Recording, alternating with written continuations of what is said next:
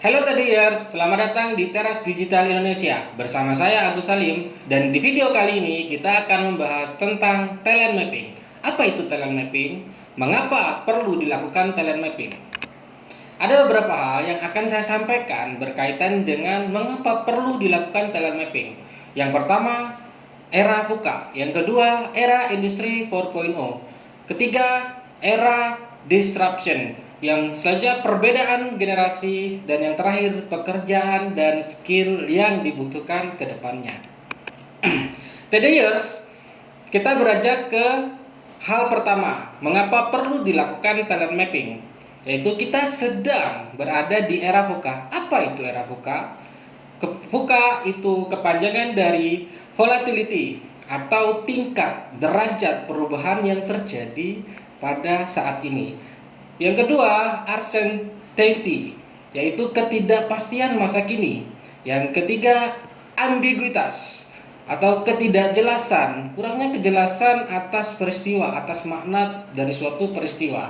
Yang terakhir, complexity, beberapa faktor keputusan kunci.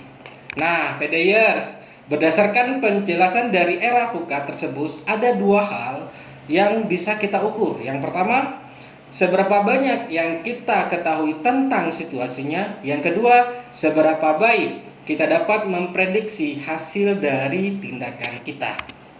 Tadayers, kita beranjak ke yang kedua.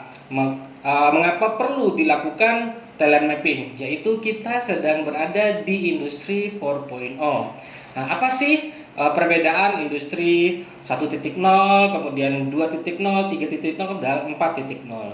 Nah, industri 4.0 itu ditandai dengan para pelaku industri pada saat ini mencari cara untuk mempersingkat proses, kemudian meningkatkan produktivitas dan melipat gandakan profitabilitas. Itu ditandai dengan otomasi dan aplikasi buatan.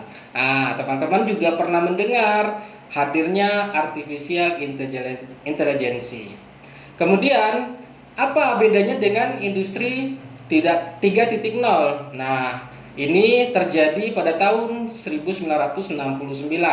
Apa yang terjadi pada saat itu? Otomatik, komputer, dan elektronik. Nah, kemudian bedanya dengan industri 2.0. Apa yang ditandai di sana? Produksi massal, jalur perakitan, dan energi listrik. Kemudian bedanya dengan industri 1.0 itu tenaga uap, dan tenun. Todayers, kita beranjak ke hal ketiga, mengapa perlu dilakukan talent mapping? Yaitu kita sedang berada di era disruption. Apa itu era disruption? Era terjadinya perubahan besar-besaran yang disebabkan oleh adanya inovasi yang mengubah sistem dan tatanan bisnis ke taraf yang lebih baru. Nah, bagaimana kita bisa bertahan di era disruption? Zaman now terjadi begitu dinamis dan kompleks. Sustaining innovation atau inovasi berkelanjutan tidak lagi efektif.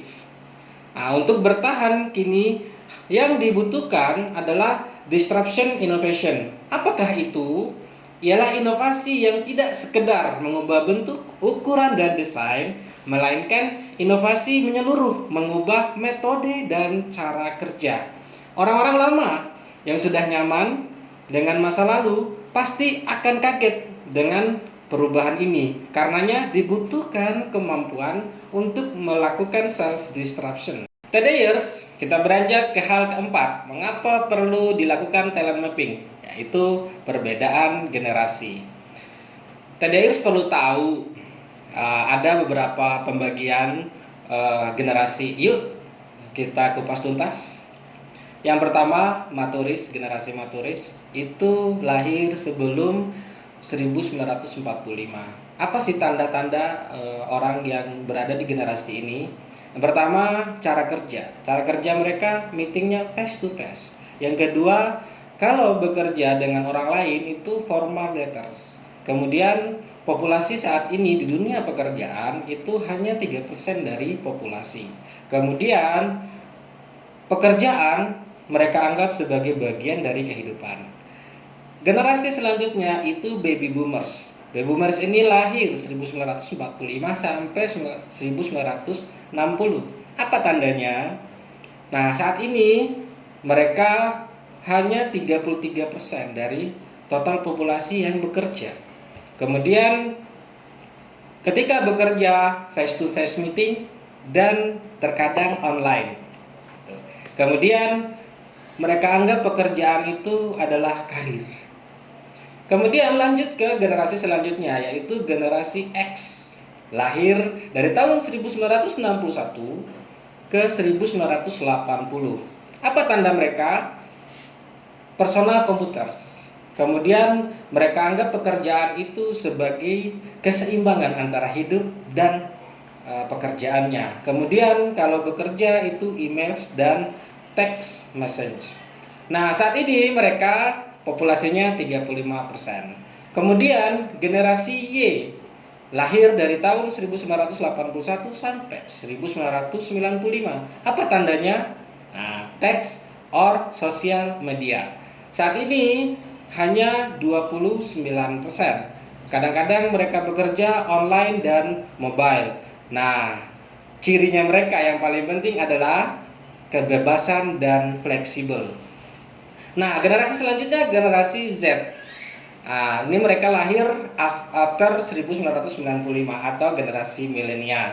Nah, mereka itu komunikasinya melalui device. Device ini satu device itu menghubungkan berbagai sosial media mereka. Kemudian mereka tidak perlu pekerjaan yang menetap.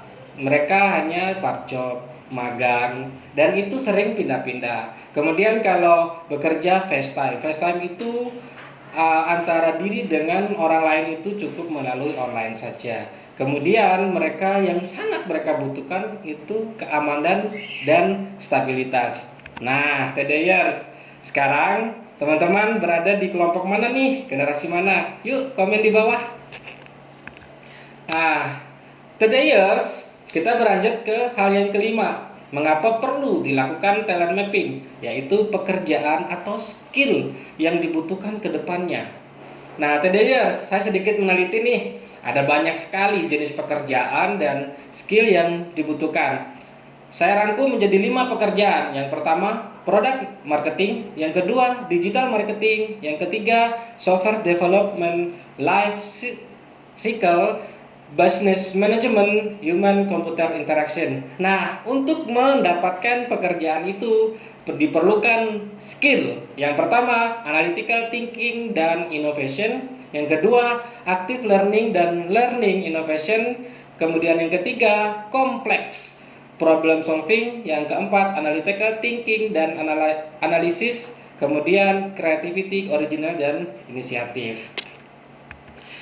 TDers, nah, itu alasan kenapa perlu dilakukan talent mapping. Terima kasih sudah menonton. Sampai jumpa lagi di video-video selanjutnya.